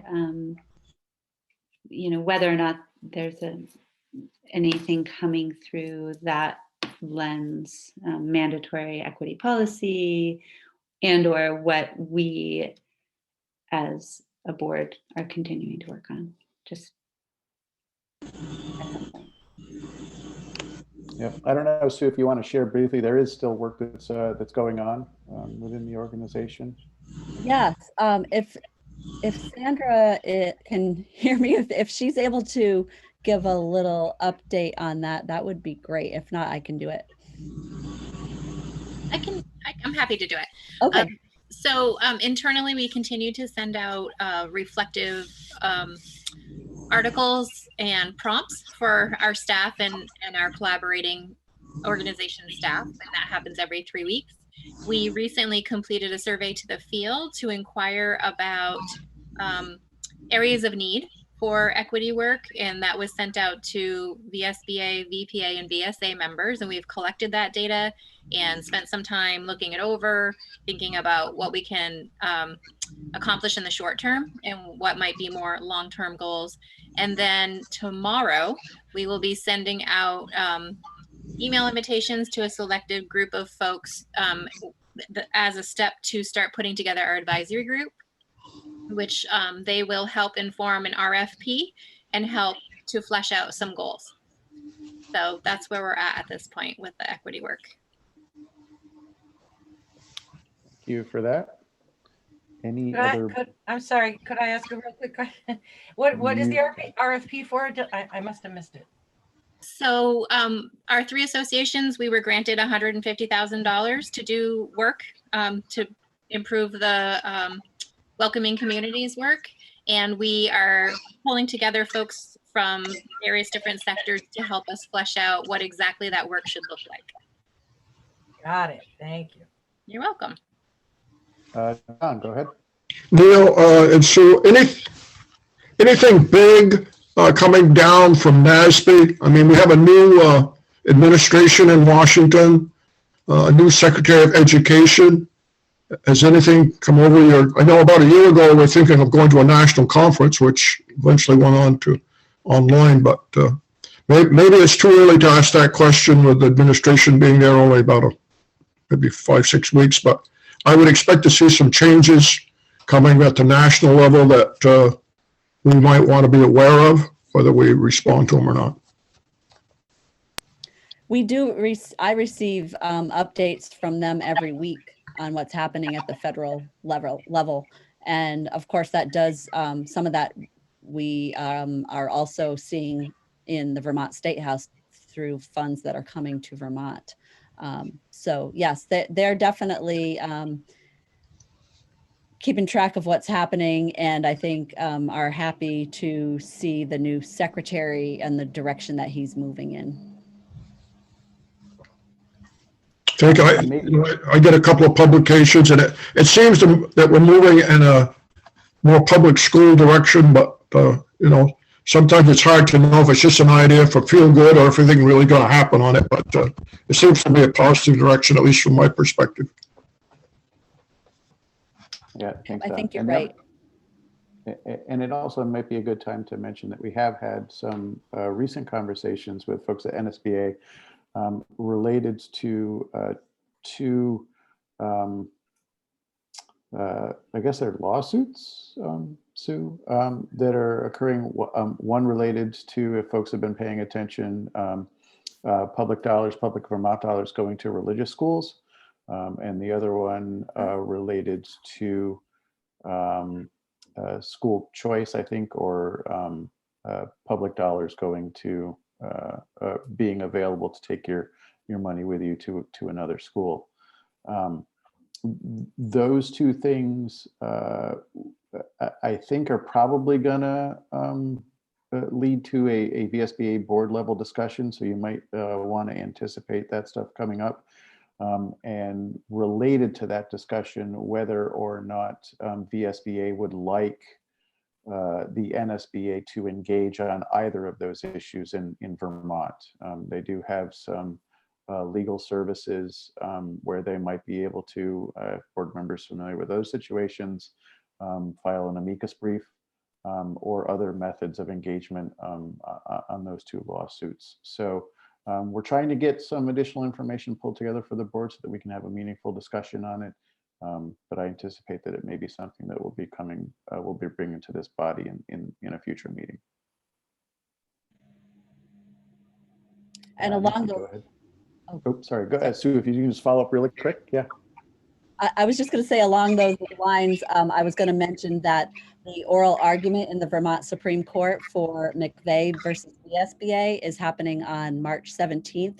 I'm going to send all of you an email with the link so that you can watch it if you want to watch it. And attached to that email will be the briefs so that you can read those if you would like to. Thank you, Neil and Sue, because some of the national stuff will impact us, that's for sure. Yep. Sue, did you say March 17th? Yes, 9 a.m., March 17th.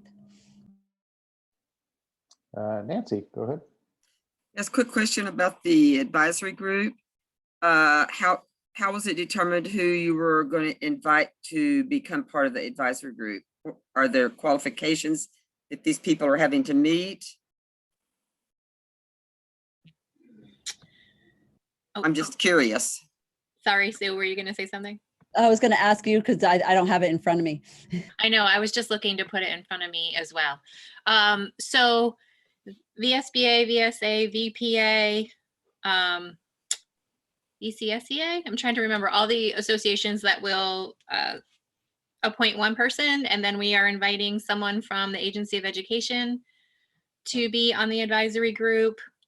I'm trying to, someone from the Vermont Equity Coalition, the Vermont Social Equity Caucus. It's quite okay, quite a group.